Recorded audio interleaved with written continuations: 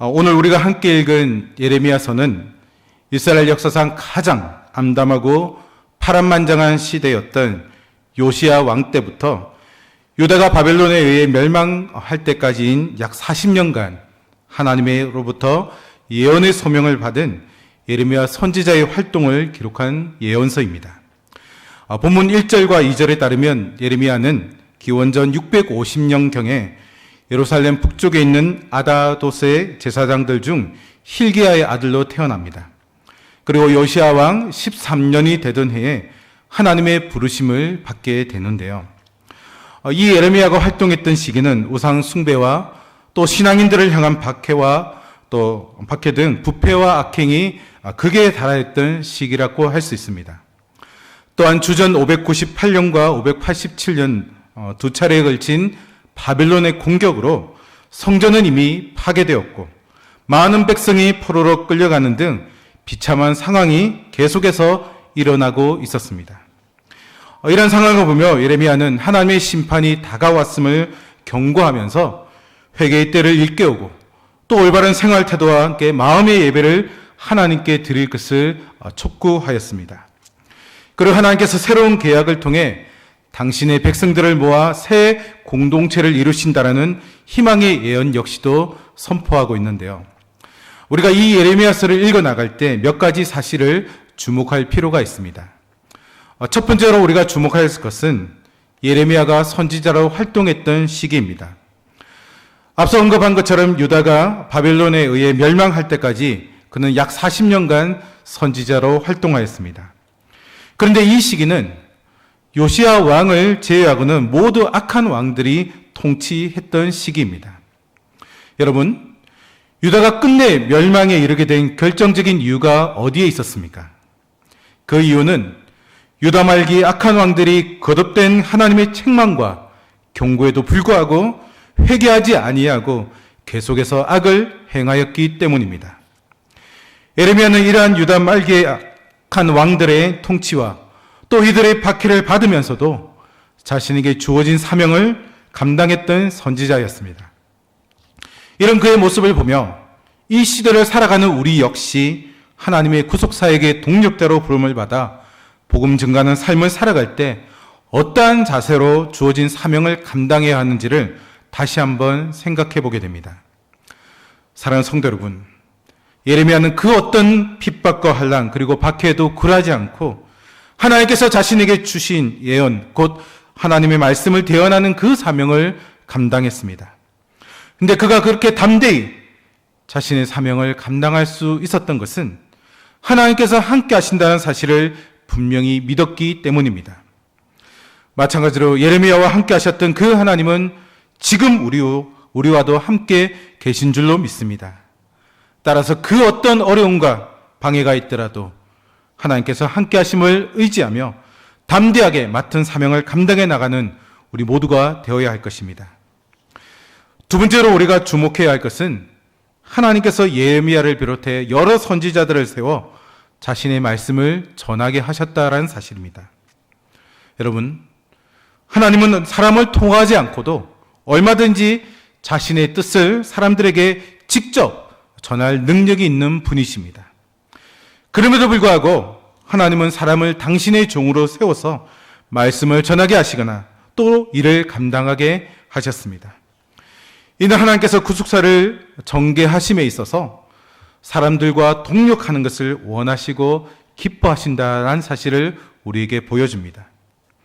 그리고 이와 같은 이유로 하나님은 성도들에게 그 시대에 합당한 구속사적인 사명을 맡기시는데요.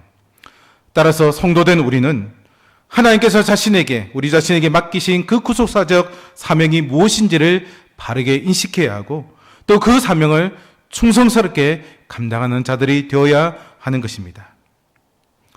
마지막으로 우리가 주목해야 할 것은 하나님께서 예레미야 선지자를 부르실 때 그가 전할 메시지의 내용은 물론이요 그에 대한 보호 역시도 약속해 주셨다라는 사실입니다.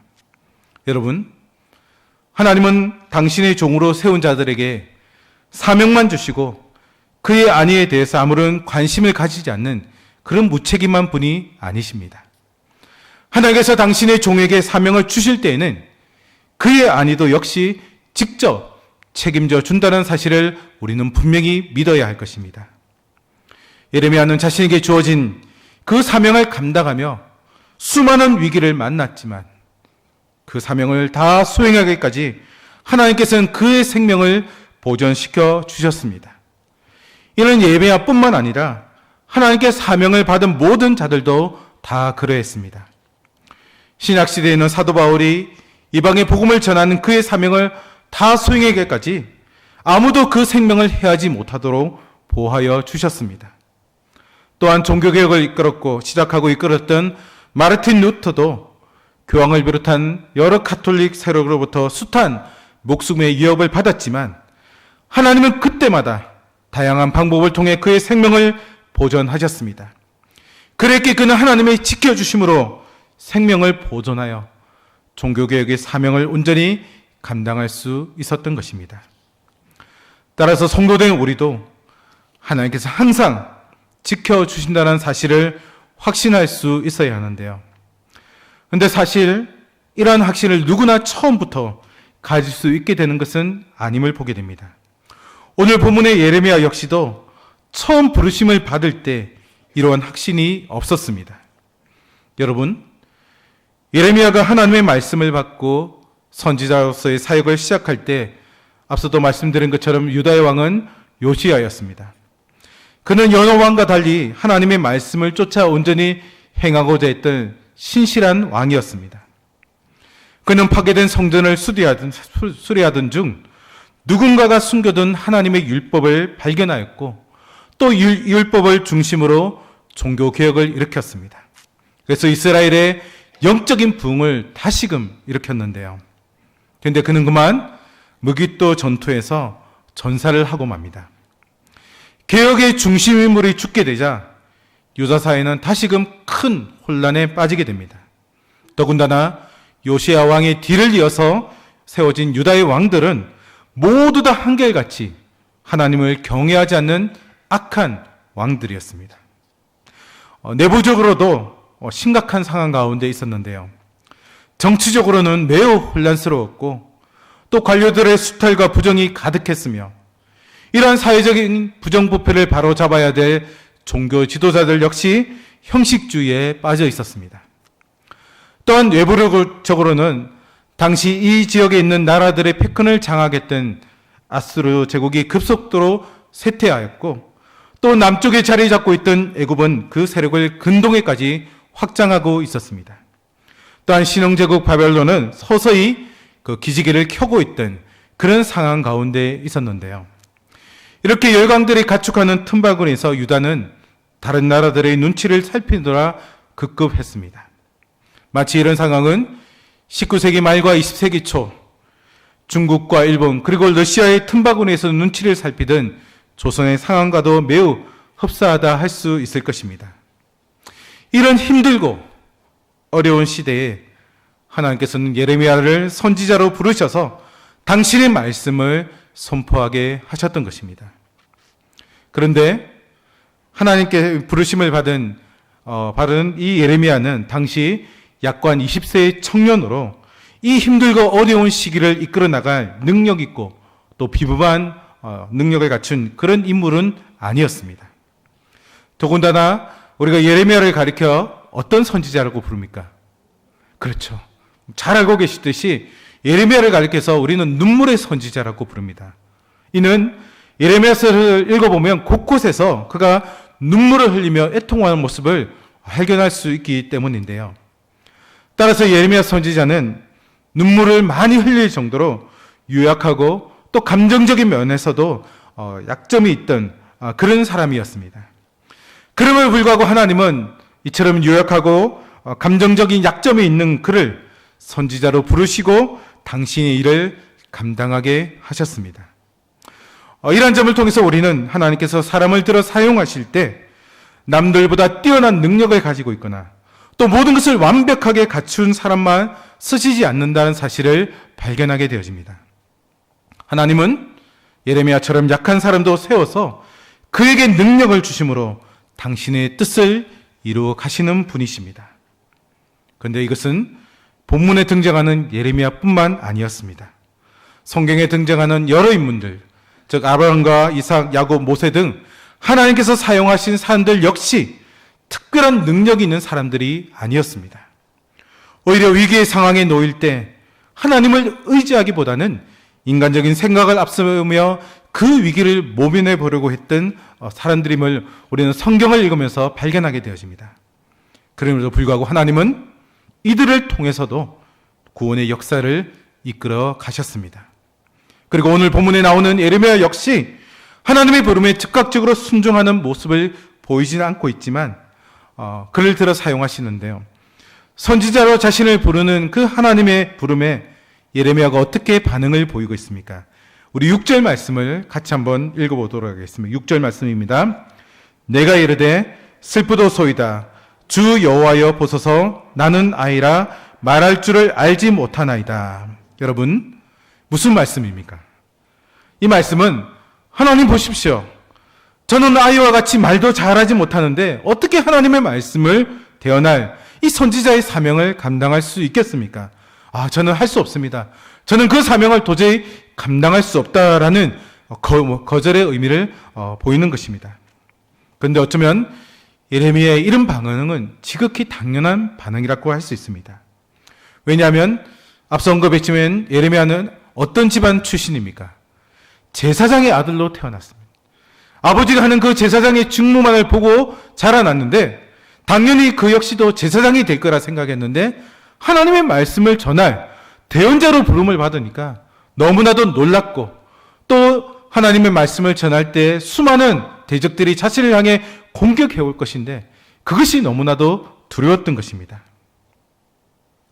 그런데 이런 반응을 보이는 그것은 하나님의 말씀을 대언할 선지자의 사명을 자신이 가지고 있는 능력으로 한다라는 그런 인간적인 생각을 먼저 했기 때문입니다. 저 역시도 그랬던 적이 있었는데요. 제가 대학을 졸업하고 진로를 고민하는 중 모교에서 40일 특별 새벽 기도회를 했었습니다. 그때 저는 이 40일 특별 새벽 기도회 동안 열심히 기도하면서 하나님께 저희 진로를 좀 보여달라고 그렇게 간구를 했었습니다. 그래서 40일 동안 하루도 빠지지 않고 열심히 새벽에 나갔는데요. 참 그때 어떻게 그렇게 했나 싶을 정도로 열심히 있었는데요. 근데 40일이 다 되어 가도록 하나님이 아무런 응답을 하지 않는 것이었습니다. 내가 이렇게 열심히 기도했는데 40일 동안 개근해 가는데 왜 하나님 응답하지 않을까라고 생각하던 차에 끝나갈 즈음에 그 당시에는 이제 새벽 기도 마치고 나면은 이렇게 아침을 줬었어요. 제 모교에서. 우연찮게 또 저희 담임 목사님과 함께 아침 식사를 하게 됐습니다. 앞자리에 앉아서. 저의 사정을 잘 알고 계신 목사님께서 앞으로 뭐 하고 끝이냐, 뭐 하고 싶으냐 이런 질문들과 함께 대화를 하다가 사실 그것 때문에 40일 동안 이렇게 나와서 열심히 기도했는데 하나님께서 아무런 응답을 하지 않는 것 같습니다. 그렇게 이야기하니까 뭐 특별히 하고 싶은 건 없느냐라고 묻는 것이었습니다.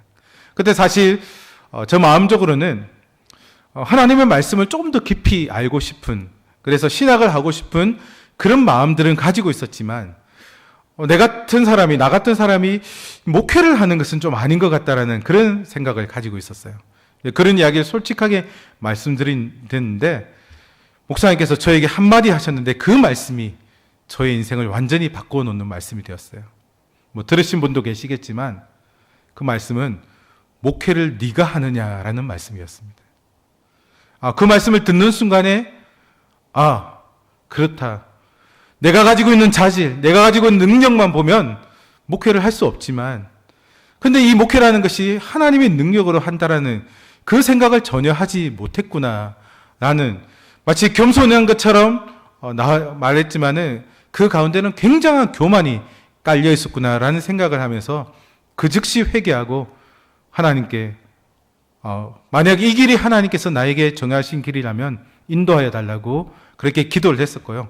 그 이후에 신대원 입시를 준비하면서 공부를 잘하지 못했지만 한 번만에 부산장신대를 입학하고 지금 이 자리에서 말씀을 전하게 되었는데요. 사실 하나님의 일은 인간의 힘으로 하는 것이 아니라 하나님께서 능력을 주셔야만 할 수 있는 일인 줄로 믿습니다. 인간의 힘으로 하려 하기에 저는 할 수 없습니다 라는 그런 반응이 나오게 되는 것입니다. 오늘 본문에서도 하나님은 예레미야 이런 반응에 대해서 7절에서 다음과 같이 단호하게 말씀하고 계신데요. 우리 7절 말씀도 같이 한번 읽어보도록 하겠습니다. 함께 읽겠습니다. 여호와께서 내게 이르시되 너는 아이라 말하지 말고 내가 너를 누구에게 보내든지 너는 가며 내가 네게 무엇을 명령하든지 너는 말할지니라. 아멘. 곧 하나님은 예레미야의 절대적인 순종을 요구하고 계신 것입니다. 이뿐만 아니라 하나님은 8절에서 너는 그들 때문에 두려워하지 말라. 내가 너와 함께하여 너를 구원함이라. 나 여호와의 말이니라 라고 말씀하고 계십니다.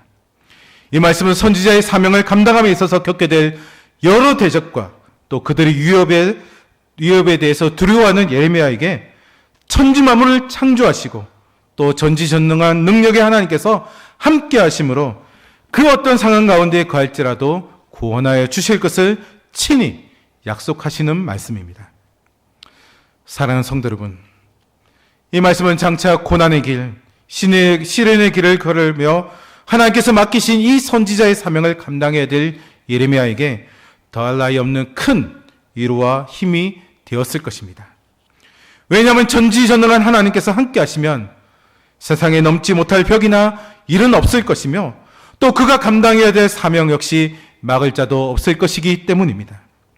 그런데 이는 예레미야뿐만 아니라 출애굽의 위대한 역사를 성공적으로 이끌었던 모세에게도 주셨던 약속의 말씀이기도 합니다. 미디안 광야에서 양을 치던 한낱 목동에 불과했던 모세를 찾아오신 하나님께서 그에게 출애굽의 사명을 주셨을 때 모세는 오늘 본문의 예레미야처럼 여러 이유를 들며 두려워하며 즉각적으로 순종하지 않았습니다. 이때 하나님은 출애굽기 3장 12절 말씀에서 내가 반드시 너와 함께 있으리라 라고 약속하시며 실제로 그의 삶 가운데 함께 하셨습니다.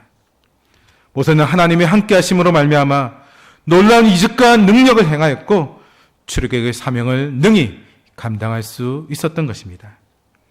뿐만 아니라 하나님은 말도 많고 탓도 많았던 이스라엘 백성들을 이끌고 가나안 정복 전쟁을 수행했던 여호수아, 또 주님께서 승천하신 이후 세상에 남아 복음 전파의 사명을 감당하게 될 베드로와 요한 등 예수님의 제자들, 그리고 빚진 자의 심정으로 복음 전파의 사명을 감당하며 여러 교회를 세우고 또 편지를 써서 그들을 격려하고 믿음 가운데 굳건히 세우고자 노력했던 사도 바울 등 오고 가는 수많은 믿음의 사람들과 함께 하시며 놀라운 역사를 이루어 가셨습니다. 그러므로 혹시 하나님의 일을 앞두고 배운 것이 없다라고 망설이고 계십니까? 지혜와 모략의 신신 하나님께 지혜를 달라고 간구하시기 바랍니다. 물질이 없어 하나님의 일을 하기 힘들다라고 주저하고 계십니까? 모든 것의 주인 되시는 하나님께 필요한 모든 것을 채워달라고 간절히 기도하시기 바랍니다. 도와줄 사람이 없다고 못하겠다라고 물러나고 하지는 않았습니까? 나 홀로 남았다고 호소하는 엘리야를 향해 바알에게 무릎 꿇지 않는 7천을 남겨두었다라고 말씀하시는 하나님께 동력자를 붙여달라고 간구하시기 바랍니다. 하나님께서는 당신과 함께할 그 사명을 감당할 좋은 동력자를 반드시 붙여주실 것입니다. 그러므로 하나님께서 우리를 부르실 때 주저하거나 망설이지 마시기 바랍니다. 하나님께서 우리를 부르시고 그 사명을 맡기실 때는 그 사명을 감당할 힘과 능력을 함께 부어주시는 줄로 믿습니다. 뿐만 아니라 능력의 근원 되시는 하나님께서 항상 함께하여 주심으로 그 사명을 잘 감당하도록 인도하여 주실 것입니다. 사랑하는 성도 여러분, 눈앞에 보이는 현실에 주저하는 자들이 되지 마시기 바랍니다. 오히려 성경에 나오는 하나님의 사람들과 또 교회사 가운데 등장하는 수많은 믿음의 사람들과 함께 하셨던 그 하나님께서 지금 우리의 삶 가운데도 함께 계심을 분명히 믿으시기 바랍니다.